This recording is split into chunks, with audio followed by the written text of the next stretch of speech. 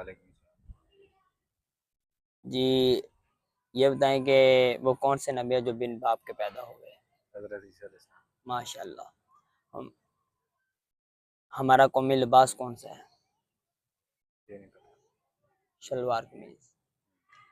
चलें, ये बताएं कि पाकिस्तान की जो मिठाई है जिसे कौमी मिठाई कहा जाता है वो क्या है? पता नहीं। गुलाब जामुन। चलो ठीक है भाई, बड़ी खुशी हुई आपसे मिलके। कुछ पैगाम देना। मसला क्या नाम है? शान अच्छा शान भाई, ऐसे कौन से नबी है जो बिन बाप के पैदा हुए? ऐसे कौन से नबी है जो बिन बाप के पैदा हुए? बता देना। हमारे आका अलैहिस्सलातु वस्सलाम से पहले कौन से नबी आए?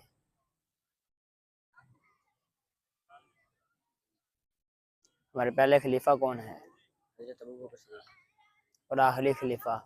हज़रत अली अलैहिस्सलाम, हज़रत अली अलैहिस्सलाम। माशाल्लाह। चलें ठीक है भाई, और सेहत वेहत कैसी है? जो जोड़ना को मुश्किल नहीं।